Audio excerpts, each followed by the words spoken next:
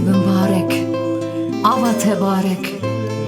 Evîna dilê keş û xortan, hesreta dilê neyaran. Axa bav û kalan, ciyê me muzîneyê mezrabotan.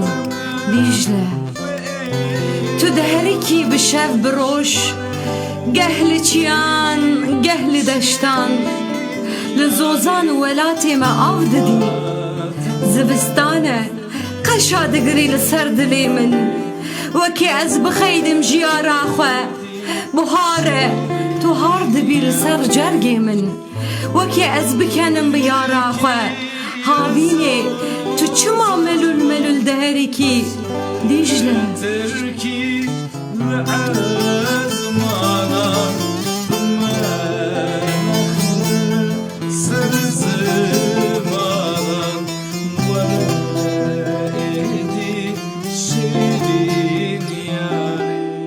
maqey derdê te ji derdê min girantir e. Birîna min wek derba tîrê ye, bila xwîn neherike ji ava te. Bes e, bes e êdî em aşî dixwazin. Ava te ya bimbarek reh dide erdê me, bereket dixe bav û bostanê me. Dîjle ji me ra tu wek cennetî, zelalî şêrîn û şerbetî, wek zêr û zîv bi qîmetî.